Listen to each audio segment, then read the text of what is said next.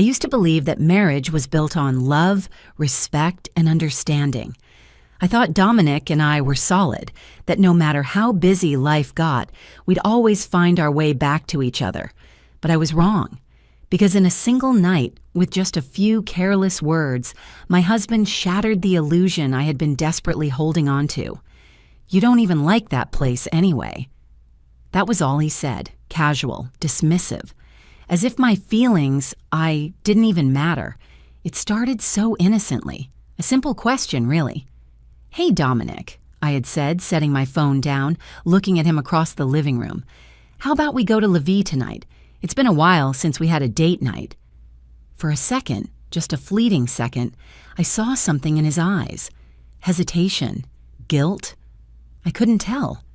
Then it was gone, replaced by indifference as he turned his gaze back to his laptop screen. He didn't even look at me when he spoke. "That place? You don't even like it anyway." I felt the words hit before I could even process them. A dull ache settled in my chest, but I forced a small smile. "Since when?" "We used to love going there." Dominic sighed, rubbing his temple, clearly annoyed that I had the audacity to press the issue. "You always complain about the dim lighting and the chairs. They're too stiff. It's not your favorite." I blinked. Was that really his excuse? I searched his face, hoping, praying for something. Anything that told me he still saw me, that he still cared. But he had already moved on, his fingers typing away on his keyboard, the conversation nothing more than a passing inconvenience to him. Something inside me cracked. Was this what we had become? Two people existing in the same space, barely acknowledging each other? I swallowed the lump in my throat and nodded slowly.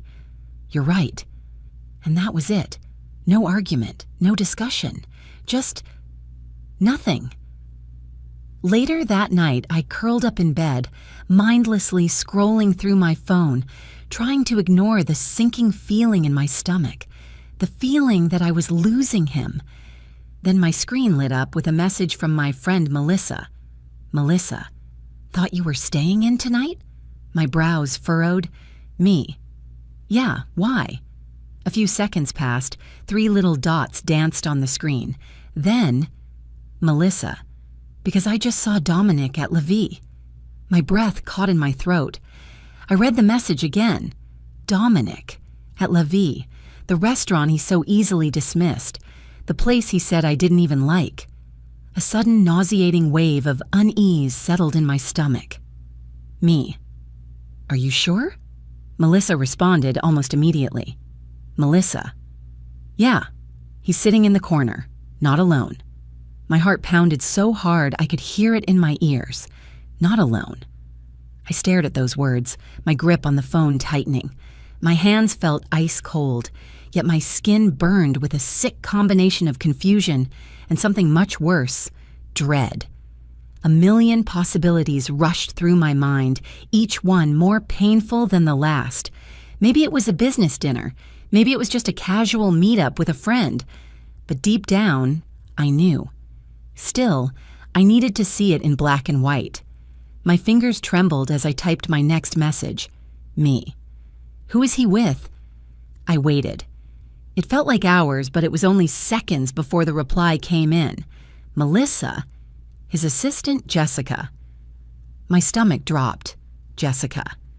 I knew exactly who she was. Young, ambitious, always lingering just a little too close to Dominic during company events, always laughing just a little too hard at his jokes, always looking at him with an expression I recognized. A sharp, bitter taste filled my mouth. I had asked him for a date night. I had suggested our restaurant, and he had shut me down without a second thought, then turned around and taken her there. The betrayal cut so deep I could barely breathe. I could have called him right then and there, demanded an explanation, but something inside me shifted. I didn't want an explanation. I didn't want an excuse. I wanted something else. I wanted him to feel what I was feeling. Slowly, I set my phone down, exhaled deeply, and whispered to myself, "All right, Dominic. You want to play this game? Let's play." I don't know how long I sat there staring at my phone, rereading Melissa's message over and over again. His assistant. Jessica? 2 simple words, but they hit like a wrecking ball, shattering whatever remained of my trust in Dominic. A strange numbness settled over me. My fingers were ice cold, yet my face felt hot, like all the blood in my body had rushed to my head at once. My ears were ringing. My throat felt tight, as if I had swallowed something sharp and it refused to go down. I should have been crying. I should have felt my heart breaking. But all I felt was emptiness. Slowly, I placed my phone down on the nightstand, my hands trembling slightly. I swallowed hard and took a deep breath, forcing myself to think. Maybe there was an explanation. Maybe this was just a misunderstanding. Maybe it was purely business. Maybe... I shook my head. Number, I knew better than that. Deep down, in the quiet corners of my heart where truth resided, I knew what was happening. This wasn't about a random business dinner. This wasn't about work. It was about something much worse. I stood up slowly, wrapping my arms around myself as I walked toward the bedroom mirror. The woman staring back at me looked like a stranger. Her eyes were tired, dull. Her shoulders slightly slumped, as if carrying an invisible weight she had grown too accustomed to. When had I started looking like this? When had I started feeling small? I used to be confident. I used to have a spark, a presence, a voice that mattered. But somewhere along the way, I had shrunk myself down. I had become quiet, accommodating. I had let Dominic's dismissiveness, his cold indifference, mold me into someone who tiptoed around his moods, who settled for breadcrumbs of attention. And now? Now he was out enjoying a meal at our favorite restaurant with someone else. The thought sent a fresh wave of nausea rolling through me. I pressed my fingers against my temples, willing myself to stay calm. I wouldn't cry. I refused to cry. Instead, I forced myself to remember all the nights I had waited up for him, dinner growing cold on the table while he sent just one more email, to remember the times I had tried to talk to him about my day, only to be met with distracted nods and half-hearted hums, to remember the way his eyes used to light up when he saw me, how that light had long since faded, and now I was boring. I scoffed, a bitter laugh escaping my lips. That's what he thought, wasn't it? That I wasn't exciting anymore, that I wasn't enough. A slow, icy determination settled in my bones. I had spent so much time wondering what I had done wrong, but now I realized I wasn't the problem. I took a deep breath and grabbed my phone again, my fingers steady this time. I clicked on Melissa's message. Me. Is he still there? A few moments passed before she replied. Melissa. Yeah, corner table by the window. They just ordered dessert. I clenched my jaw. Dessert. Dominic never ordered dessert when we went out together. He always said he was watching his sugar intake. But with her? With Jessica? I closed my eyes for a second, letting the anger wash over me, letting it settle into something stronger. I wasn't going to sit here curled up in bed, waiting for him to come home with his half-truths and excuses. Number I was going to do something about this. I took another deep breath and smoothed down my shirt. Then I made a call. Not to Dominic, not to Melissa, but to someone who would make sure this night ended in a way my husband would never forget. I smiled to myself as the phone rang. Hey, it's me. What are you doing tonight? I could feel it, the shift inside me. It was subtle, like the first quiet rumble before a storm. A few minutes ago, I had been sitting in bed, drowning in a mixture of disbelief, anger, and hurt. But now something had snapped into place. I wasn't going to sit here and cry. I wasn't going to call Dominic and demand an explanation, only to be met with lies and half-hearted excuses. Number I was going to do something about it. As the phone rang, I took a deep breath, steadying myself. My heart was pounding, but not out of fear. Out of something else, anticipation, After a few rings, a smooth, familiar voice answered. "Well, well, I wasn't expecting to hear from you tonight." I let out a soft chuckle, but there was no humor in it. "I wasn't expecting to make this call either. Is everything okay?" I hesitated. The truth was, no. Nothing was okay. My marriage was crumbling, my husband was at a restaurant with another woman, and I was on the verge of making a decision I couldn't take back. But instead of saying any of that, I simply said, "I need a favor." There was a brief pause on the other end, then a quiet chuckle. "Now, this sounds interesting. Tell me more." I glanced at my reflection in the mirror again, this time with a new sense of clarity. "How fast can you meet me at La Vie?" 20 minutes later, I stood outside the restaurant, the cool night air biting at my skin. The soft glow of the sign above the entrance illuminated the sidewalk, and through the large glass windows, I could see the intimate, candlelit tables inside. I spotted them immediately. Dominic and Jessica sat at a cozy little corner table by the window, the same table where he and I used to sit. They were leaning in close, their faces illuminated by the flickering candlelight. He was smiling, actually smiling, in a way he hadn't with me in months. Something inside me twisted, but I forced myself to stay calm. I wasn't here to cry. I wasn't here to cause a scene. I was here to make a statement. Just then, I heard footsteps approaching behind me. "You look stunning." I turned to see him, Mr. Lancaster. Tall, confident, effortlessly powerful. One of Dominic's biggest clients, the kind of man who could make or break careers with a single decision. And right now, he was my dinner date. I smiled up at him, adjusting the strap of my dress. "Thank you for coming on such short notice." He smirked. "When a beautiful woman calls me for dinner, how could I possibly say no?" I laughed softly, looping my arm through his. "Shall we?" We stepped inside, the soft hum of conversation filling the air. The host greeted us warmly, leading us toward our table. But I had no interest in our table. I was focused on them, and then it happened. Just as we passed Dominic's table, I saw him glance up, probably out of habit, and the moment his eyes landed on me, he froze. His hand, which had been casually resting on the table, tensed. His jaw clenched. Jessica noticed his change in demeanor and followed his gaze. Her expression shifted from relaxed to suddenly aware. I didn't stop. I didn't acknowledge him.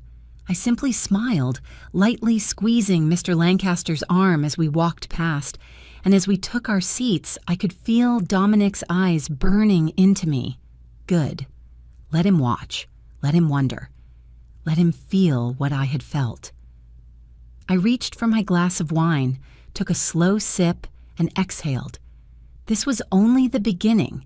I could feel his eyes on me. Even as I took my seat across from Mr. Lancaster, even as I sipped my wine with an effortless smile, I could feel the weight of Dominic's stare burning into me. Good. I wanted him to watch. I wanted him to feel the same cold, gut-wrenching realization I had felt when I saw Melissa's message.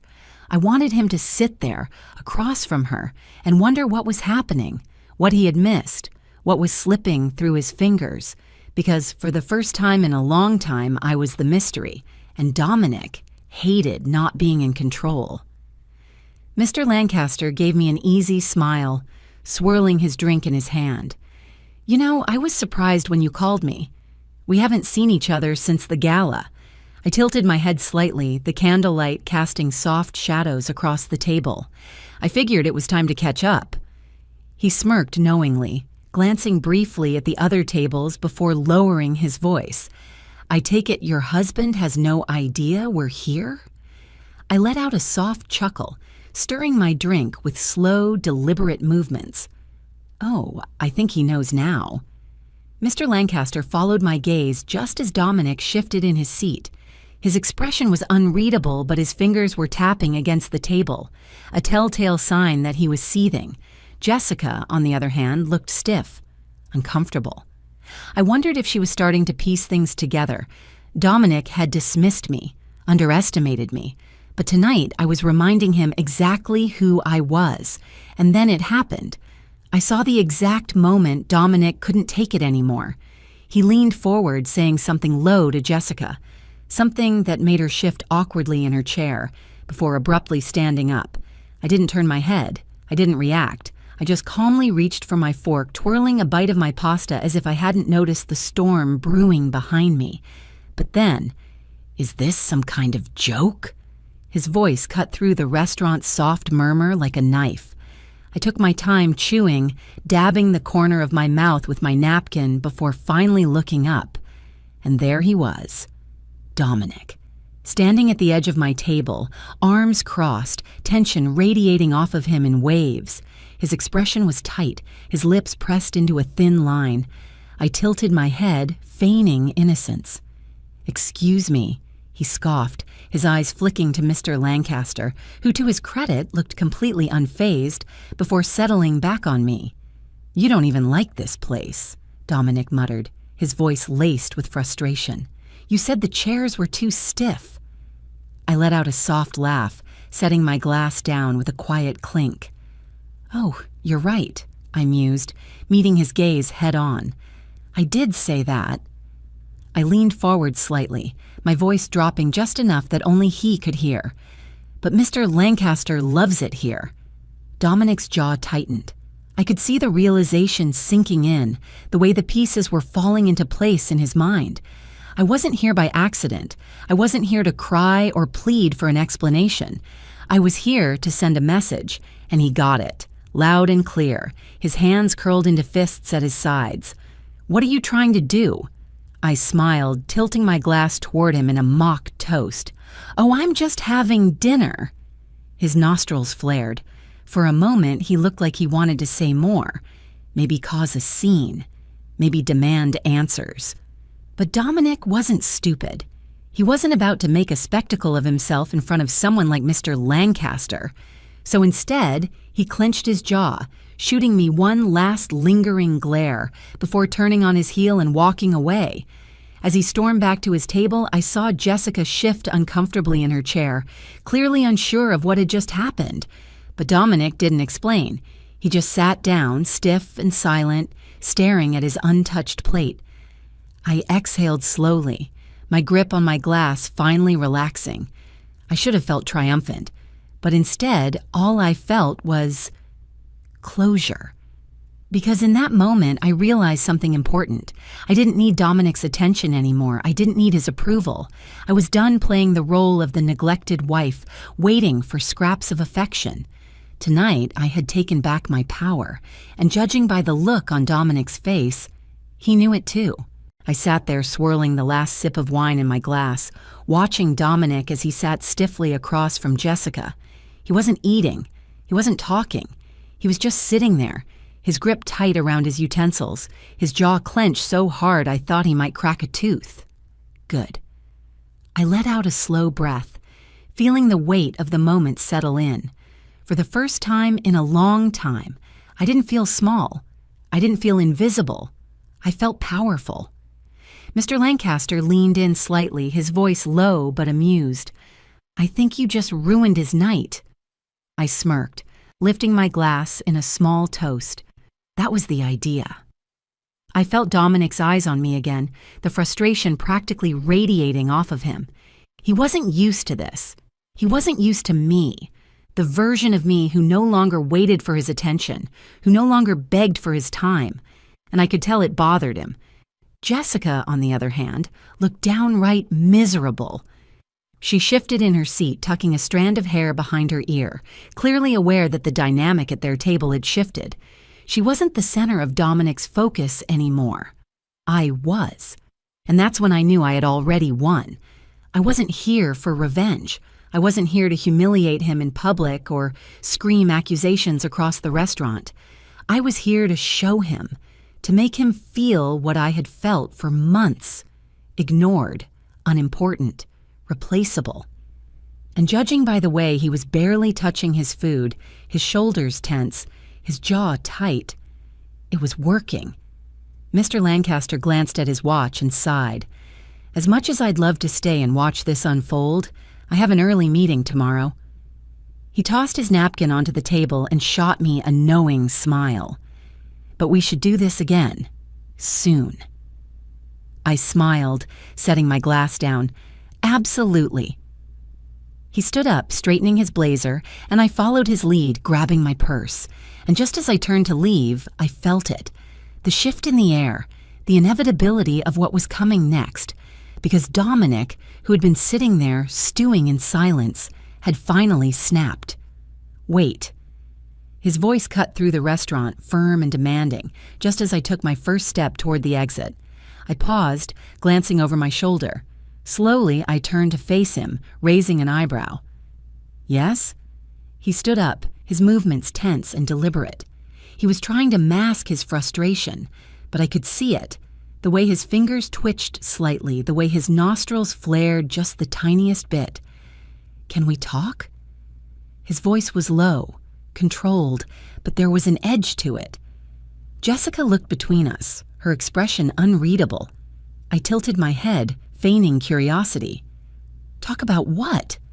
Dominic exhaled sharply, glancing at Mr. Lancaster, then back at me. "Alone." I tapped my fingers against my purse, pretending to think about it. Then I shrugged. "I don't see what there is to talk about." His eyes darkened. "Don't do that." "Do what?" He let out a humorless laugh, shaking his head. "You're making a scene." I arched an eyebrow. "Oh? You mean like when you made a scene in our living room earlier, dismissing me like I was an afterthought?" His jaw tightened. He didn't like being thrown off balance. I took a slow step closer, lowering my voice just enough that only he could hear. "You didn't want to go to dinner with me, Dominic," I said softly, my tone laced with something cold, something final. "You said I didn't even like this place." I let the words sink in, let them hang between us. Then I smiled. "You were right. I don't like this place. But what I do like..." I gestured around the restaurant, my voice carrying just a little more now, "is the look on your face right now." I watched as something flickered in his eyes. Anger, regret, realization, but it was too late. I wasn't his quiet, passive wife anymore. I wasn't waiting for him to remember I existed. I was done. He took a small step forward, lowering his voice. "Are you trying to prove a point?" I smiled again, but this time it wasn't the soft, loving smile he had once known. It was the kind of smile you give someone right before you walk away. "No, Dominic," I murmured. "I already did." And with that, I turned on my heel and walked toward the exit, not bothering to look back. I didn't need to, because for the first time in a long time, I knew my worth, and I was finally ready to walk away. I walked out of that restaurant with my head held high, the crisp night air filling my lungs like the first breath of freedom. For the first time in a long time, I wasn't walking in Dominic's shadow. I was walking away from it. As I reached the sidewalk, Mr. Lancaster gave me a small smirk. "Well, that was fascinating." I let out a soft chuckle, shaking my head. "I hope I didn't drag you into too much drama." He laughed. "Are you kidding? That was the most entertaining dinner I've had in years." I smiled, but this time, it wasn't forced. It wasn't hollow. It was real. And as I looked up at the sky, at the twinkling city lights stretching out before me, I felt something I hadn't felt in a long time. Relief. I had spent so much time trying to hold on to Dominic, trying to make him see me, trying to matter to him. But tonight I finally understood something. I had been fighting for a place in a life where I no longer belonged, and that wasn't my failure. That was his. I got home later that night, kicking off my heels and exhaling deeply. The house was quiet, eerily so. It felt different, like the weight of years spent waiting, hoping, and hurting had finally lifted. I ran my fingers along the edge of the kitchen counter, my mind drifting back to all the nights I had stood in this exact spot, reheating dinner for a husband who barely noticed if I was there. Not anymore. Not ever again. I had just set my purse down when the front door opened. I didn't even have to turn around to know who it was. The silence stretched between us, thick with everything we weren't saying. Then, finally, "You really think that was necessary?" His voice was tight, controlled, but underneath it I could hear the frustration, the disbelief. I turned slowly, meeting Dominic's gaze. He looked different. Not smug, not dismissive, just uncertain. And wasn't that ironic? I had spent months feeling invisible, questioning everything, and now he was the one questioning where he stood. I crossed my arms. "You tell me, Dominic, was it necessary to dismiss me, to lie to me?" His jaw tightened. "It wasn't like that." I let out a small, bitter laugh. "Wasn't it?" I could see the battle playing out in his mind, the way he wanted to defend himself, justify his actions. But for once, he had no words, and I wasn't about to give him any. I turned away, walking toward the bedroom. Behind me, he let out a slow breath. "So that's it?" His voice was quieter now, almost unsure. "You're just done?" I paused, gripping the edge of the doorway. For a split second, the past flashed before me. Our wedding day, our late-night talks, the laughter we used to share. I had loved him. I had given him everything, and he had taken it for granted. I looked over my shoulder, meeting his gaze one last time.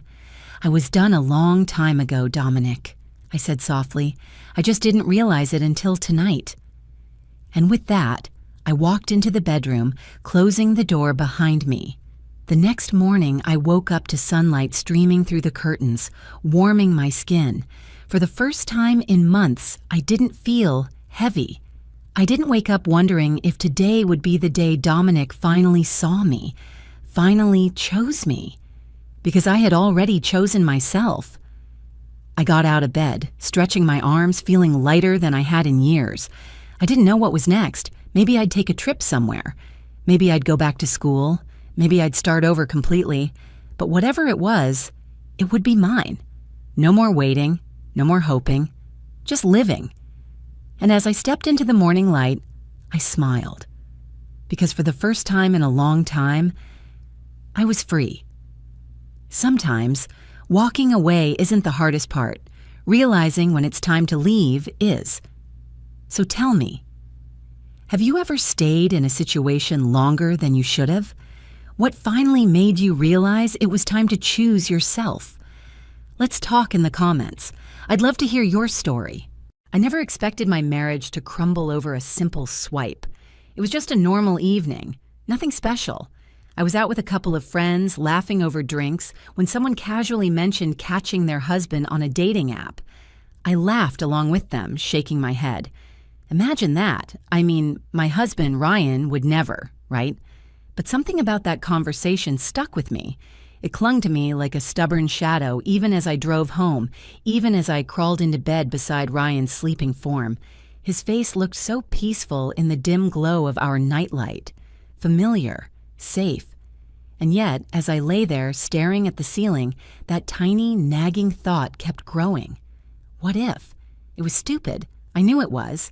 But curiosity gnawed at me, tightening around my chest. It wasn't that I didn't trust him. I did. Or at least I thought I did. But if I really, really trusted him, why was my heart pounding as I grabbed my phone? I hesitated. My fingers hovered over the screen, my pulse drumming in my ears. I almost convinced myself to stop, to roll over and sleep. But then, almost without thinking, I did it. I downloaded the app. It took just a few minutes to set up an account. My stomach twisted as I scrolled, passing strangers with forced smiles and empty eyes. What am I even doing? This is ridiculous. And then I saw him. Ryan. My breath caught in my throat. My vision blurred for a second as I stared at his picture. It was him. The same easy grin I had fallen in love with, the same sharp blue eyes that once looked at me like I was his world.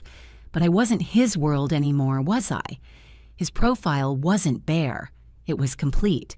He had taken the time to craft a bio, to upload recent pictures, including one he had taken just last week at his office party. My mind raced, trying to make sense of it. And then I saw his tagline, "Just looking for some fun, nothing serious." The room suddenly felt too small, too suffocating. The air around me thickened as my stomach twisted into knots. My hands trembled as I clenched my phone, trying to steady my breathing. This wasn't happening. This couldn't be happening. I stared at the screen, hoping, praying for some kind of explanation that made this okay. But there was none. I felt cold all over, my skin prickling with something I couldn't name. My mind played cruel tricks on me, replaying every moment of our marriage, every kiss, every whispered "I love you." Were they all lies? For a long time, I just sat there, gripping the phone so tightly my knuckles turned white. I needed to wake him up. I needed to shove the phone in his face and demand answers. But then another thought crept in, a darker one. What would he even say? I already knew. He'd brush it off. He'd smile that easy, disarming smile and tell me it was just a joke, just meaningless fun. I could already hear the excuses, the way his voice would dip into that light-hearted, dismissive tone he used whenever he didn't want to have a serious conversation, and that scared me more than anything, because if it was just fun to him, did that mean my pain didn't matter? I didn't cry. I wanted to, but the tears wouldn't come. Instead, I felt hollow, like something inside me had cracked wide open, so I did the only thing I could. I placed the phone on my nightstand, turned off the screen, and lay back down.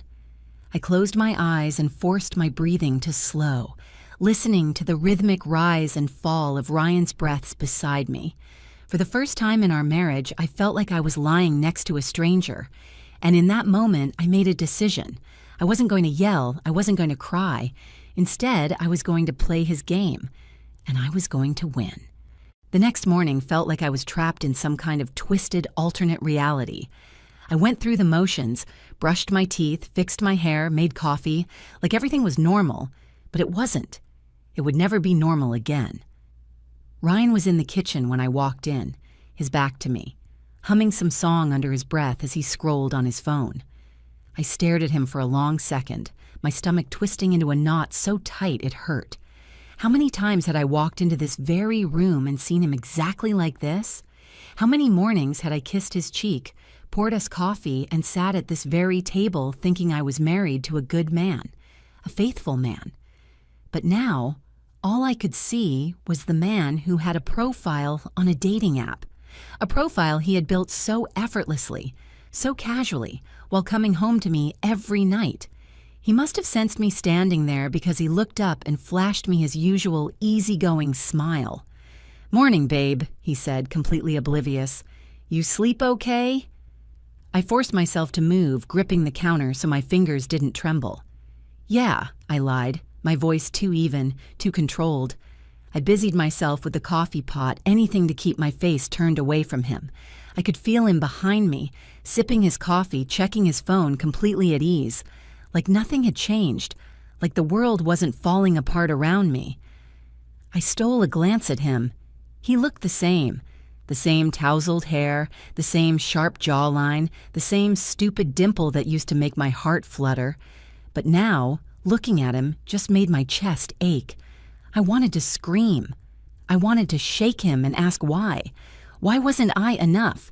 Why did he need the thrill of swiping through strangers when I had given him my everything? But I didn't. Instead, I swallowed the bitterness rising in my throat and sat down across from him at the table. "What's on your agenda today?" I asked, keeping my voice light, casual. He shrugged. "Just the usual. A couple of meetings, then hitting the gym after work. Should be home by 7. 7. That meant I had the whole day to think, to plan. Because last night, as I lay in bed staring at the ceiling, I made a decision. I wasn't going to cry. I wasn't going to beg for an explanation that would only be filled with lies. Number I was going to play along. I took a slow sip of coffee, watching him over the rim of my mug. He was still scrolling, probably through work emails, or maybe just checking sports scores. Or maybe something else. Would he be swiping through profiles right now with me sitting just a few feet away? The thought sent a sharp pang through my chest, but I pushed it down. I forced a smile. "Hey, random question." He looked up, raising an eyebrow. "Yeah?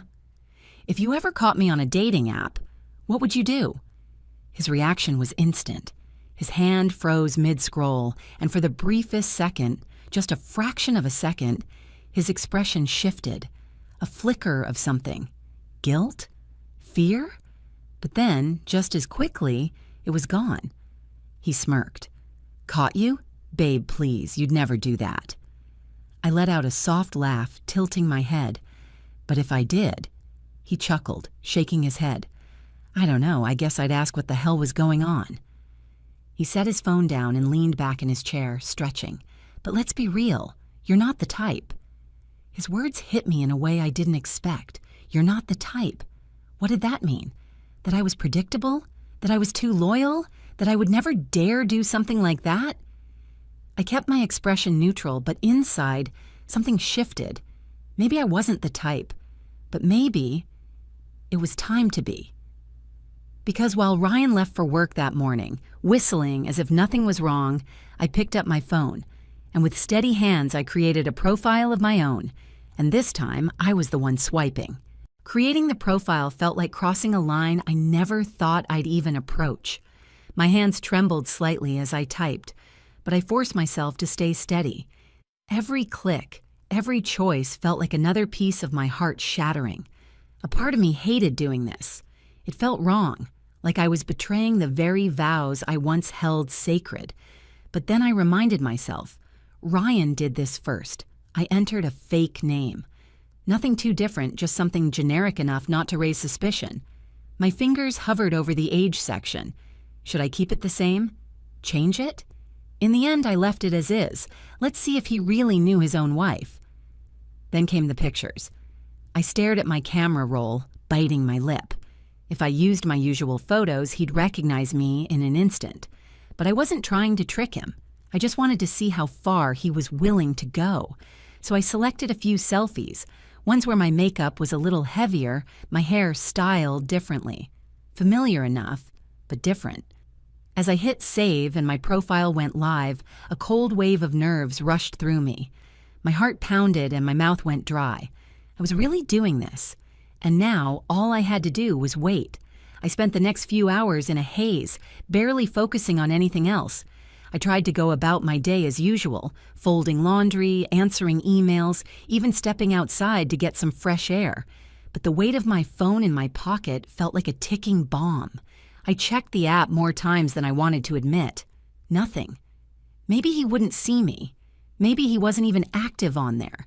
Maybe I had overreacted, and his profile had just been some old abandoned joke that meant nothing. Or maybe... My phone buzzed. My stomach flipped as I grabbed it, my breath catching in my throat. New match. I swallowed hard. My hands felt clammy as I tapped the notification, my pulse roaring in my ears. And there he was, Ryan. I stared at the screen, my heart hammering so violently I thought I might actually be sick. There was no hesitation on his end, no second guessing. He had swiped right on me, his own wife, without even realizing it. My throat tightened. My vision blurred.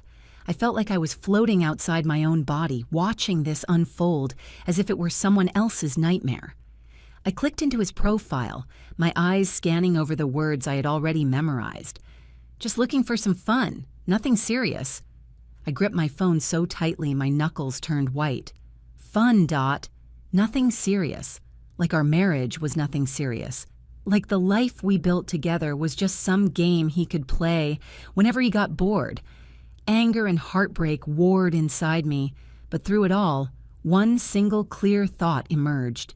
He had no idea. A slow, cold calm washed over me as my fingers hovered over the keyboard. I could say anything. I could confront him now. I could expose him for what he was. But where was the satisfaction in that?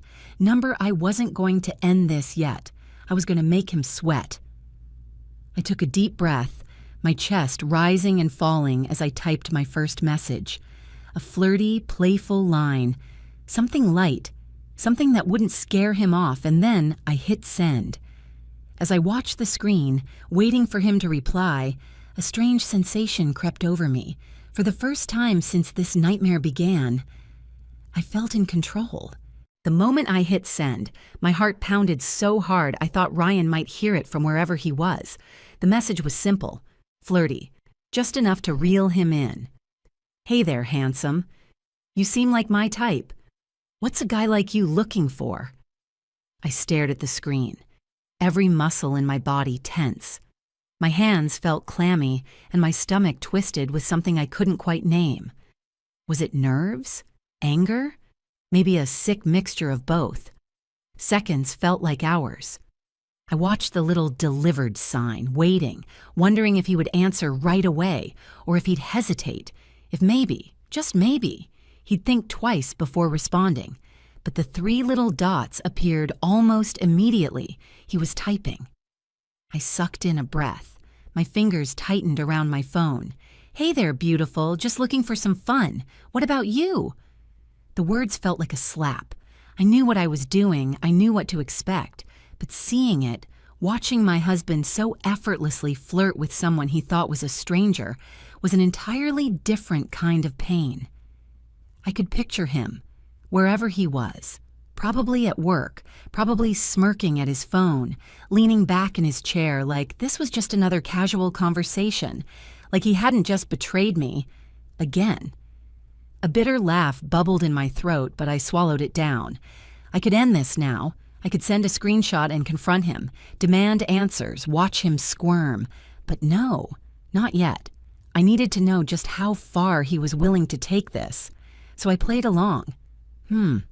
Fun sounds nice. Tell me, Ryan, what's your idea of fun? I hesitated just long enough to make him sweat, then hit send.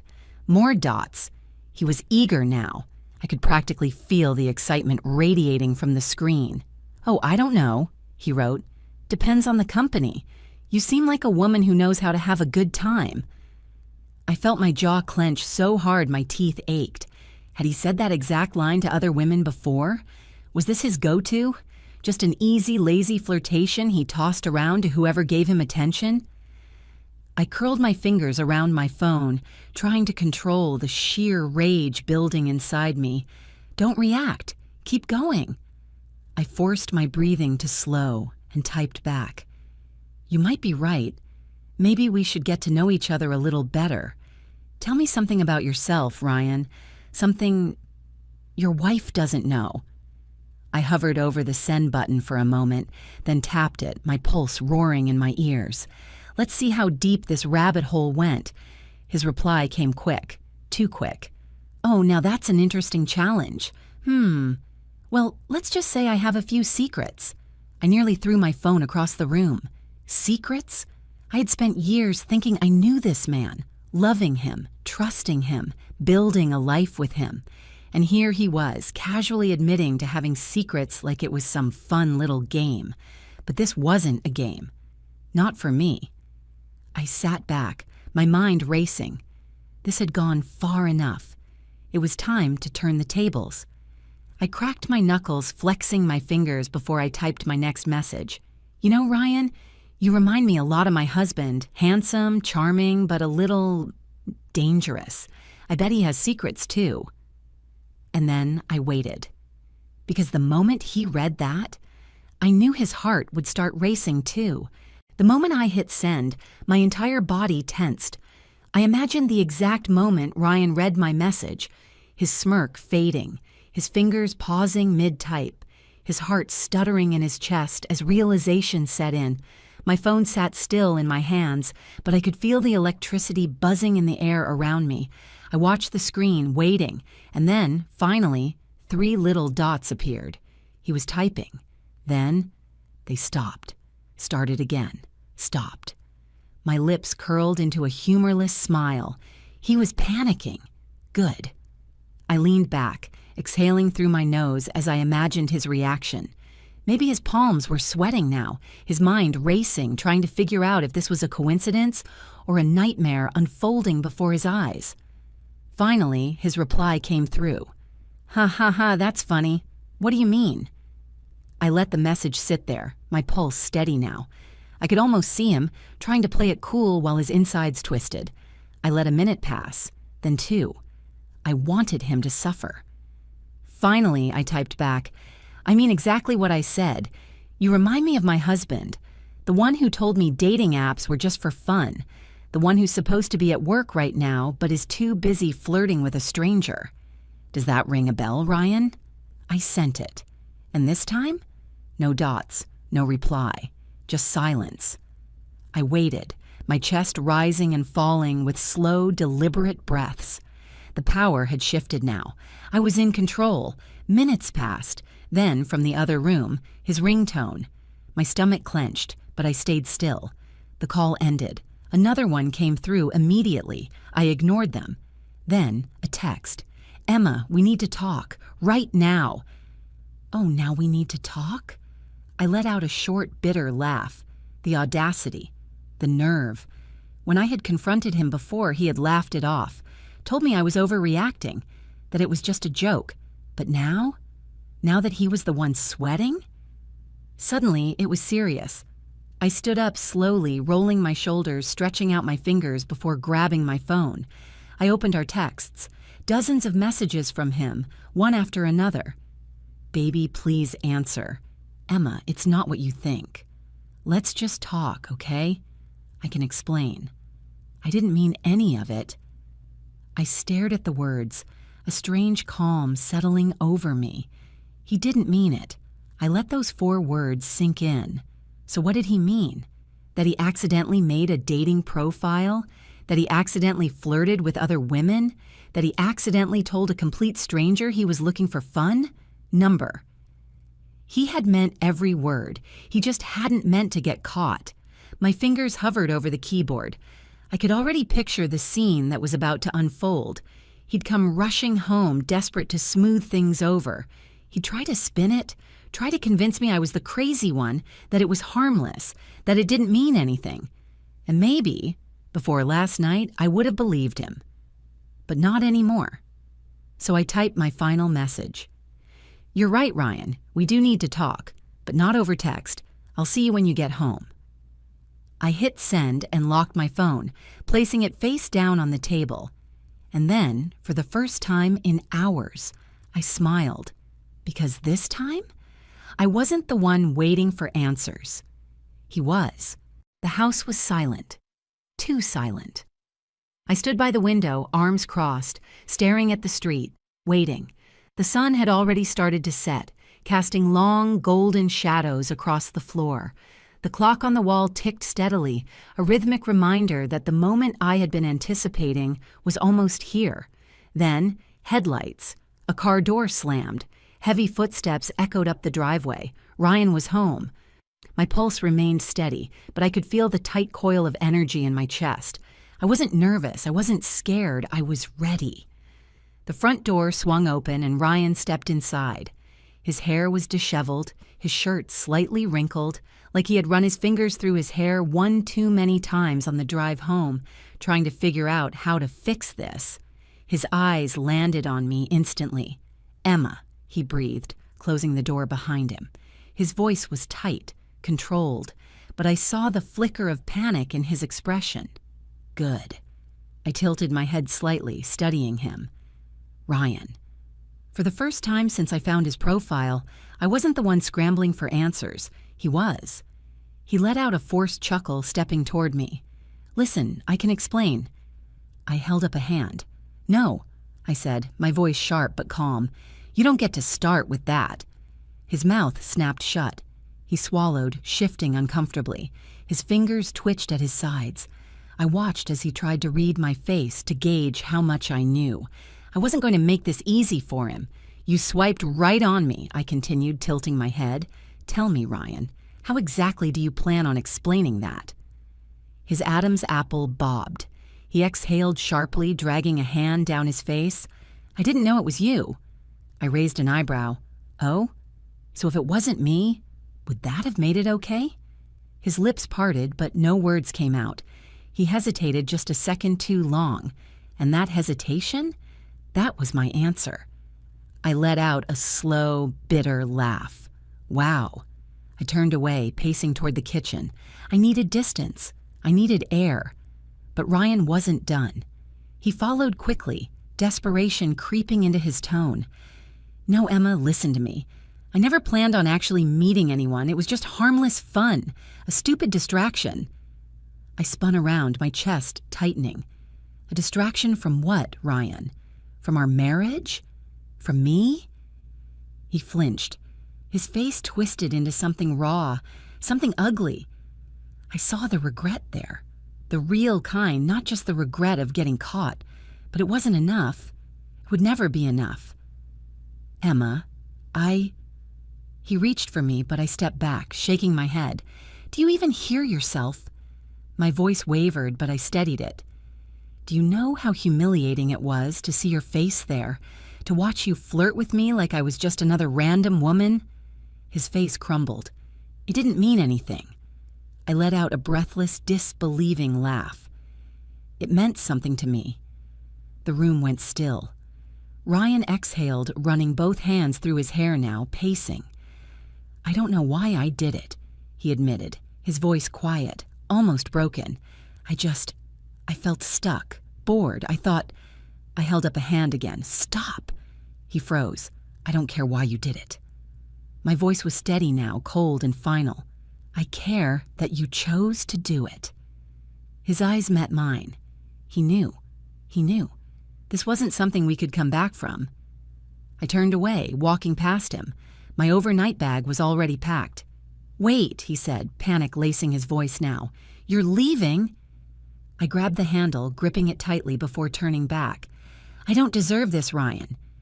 His eyes were wide, desperate, but I had nothing left to give. I walked to the door, pausing just before stepping out. Maybe next time, I said softly, you'll think twice before swiping right. And with that, I walked away. I didn't look back. What would you have done in this situation? Have you ever caught someone playing a harmless game with your trust? Let me know in the comments. And if you enjoyed this story, don't forget to like and subscribe for more.